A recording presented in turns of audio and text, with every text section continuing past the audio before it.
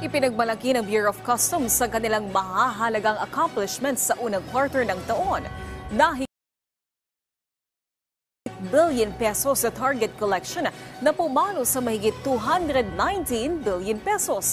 Ipinagmalaki din ng kagawaran ang kanilang digitalization program kung saan nasa 96% na ng kanilang system ang digitalized na. Higit 18 bilyong pisong halaga naman ng smuggled goods ang nasabat ng ahensya bilang bahagi ng kanilang anti-smuggling program. Binigyan din ang pagbuo ng Customs Industry Consultative and Advisory Council na tututok sa epektibong pagpapatupad ng mga pulisiya.